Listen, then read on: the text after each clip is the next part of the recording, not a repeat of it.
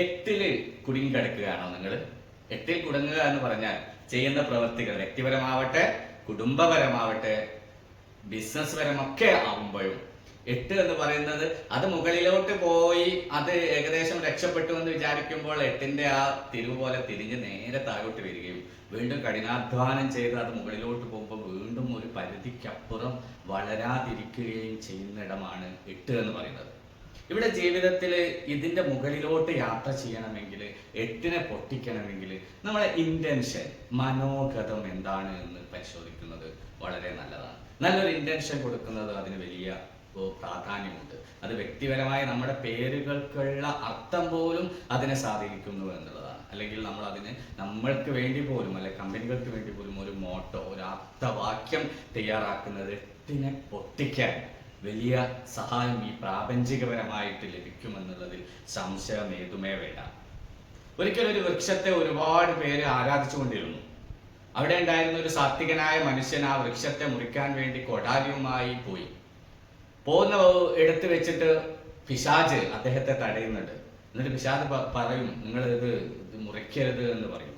അപ്പോ ദേഷ്യം കൊണ്ട് കലിപൂണ്ട ആ സാത്വികനായ സാധുവായ മനുഷ്യന് ആ പിശാചിനെ ഒന്ന് തട്ടുമ്പോഴേക്ക് പിശാച് അങ്ങ് ദൂരേക്ക് തെറിച്ചു പോകുന്നുണ്ട്. പിശാചിന് കാര്യം ബോധ്യമായി നേരെ വന്ന് ആ മനുഷ്യനോട് പറയും, നിങ്ങൾ എന്തിനാണ് ഇത് മുറിക്കുന്നത്? നിങ്ങൾക്ക് ഇത് മുറിക്കാൻ പ്രവാചകനോ ദൈവമോ മരം മുറിക്കാൻ ആവശ്യപ്പെട്ടിട്ടില്ല. പിന്നെ നിങ്ങൾ ഇത് മുറിച്ചത് കൊണ്ട് നിങ്ങൾക്ക് ഒരു ലാഭവുമില്ല. നിങ്ങൾക്ക് ഇത് മുറിക്കാതിരുന്നാൽ നിങ്ങൾക്ക് ലാഭമുണ്ട് താനും. അപ്പോ ഈ സാത്വികൻ ഇബ്ലീസിനെ കേൾക്കാൻ തയ്യാറായി. എന്ന് ആ പിശാച് പറയും, നിങ്ങൾ ഇത് മുറിക്കാതിരുന്നാൽ നിങ്ങൾക്ക് 3 സ്വർണ്ണ നാണയം ഞാൻ നിങ്ങൾക്ക് തരും. ഒന്ന് നിങ്ങൾക്ക് ഉപയോഗിക്കാം, ഒന്ന് നിങ്ങൾക്ക് സമ്പാദിക്കാം, ഒന്ന് നിങ്ങൾക്ക് ദാനം ചെയ്യാം. മരം മുറിക്കുന്നതിനേക്കാളും വലുതാണല്ലോ ദാനം ചെയ്യൽ. ഇത് കേട്ട് ഈ സ്വർണ്ണ നാണയത്തിൽ കുടുങ്ങിപ്പോയ ആ സാത്വികനായ മനുഷ്യന് മരം മുറിക്കാതെ തിരിച്ചു പോകുന്നുണ്ട്. അങ്ങനെ ദിവസങ്ങളോളം തന്റെ വിരിപ്പിൽ സ്വർണ്ണ നാണയങ്ങൾ ഇങ്ങനെ കുമിഞ്ഞുകൂടി. കുറെ ദിനങ്ങൾ കഴിഞ്ഞപ്പോ ഈ സ്വർണ്ണ നാണയങ്ങൾ എത്തുന്നത് നിശ്ചലമായി. ദേഷ്യം കലിപൂണ്ട് ആ മനുഷ്യന് ആ കൊടാലിയുമായി ആ വൃക്ഷച്ചുവട്ടിലേക്ക് കടന്നുപോയി. വൃക്ഷച്ചുവട്ടിലേക്ക് കടന്നുപോയപ്പോ പിശാച് അവിടെ ഇങ്ങനെ തടസ്സമായിരിക്കുന്നുണ്ട്. പിശാചിനെ ശക്തമായി തള്ളി നീക്കിയിട്ടും അനക്കാൻ ഈ മനുഷ്യന് കഴിയുന്നില്ല. ഈ മനുഷ്യനാകെ സ്തംഭിച്ചു നിന്നുപോയി.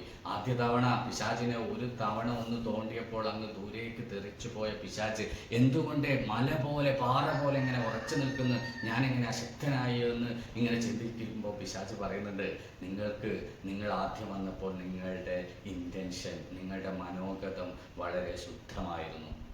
അന്ന് ആ ഇന്റൻഷനിൽ, ആ നിങ്ങളുടെ ശ്വാസത്തിൽ പോലും ഞാൻ പറന്നു പോകുമാറ് ശക്തമായിരുന്നു നിങ്ങളുടെ അകത്തളം.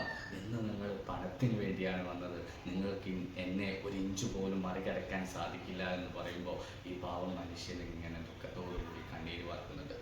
ഇവിടെയാണ് നമ്മുടെ ജീവിത വിജയത്തിലും ഇന്റൻഷൻ നമ്മളുടെ ഒരുപാട് പ്രകൃതിപരമായ തടസ്സങ്ങളെ മാറ്റി നമുക്ക് വലിയ വിജയത്തിലേക്ക് കൊണ്ടുപോകാൻ സാധിക്കുമെന്ന് ഓർമ്മപ്പെടുത്തുന്നത്.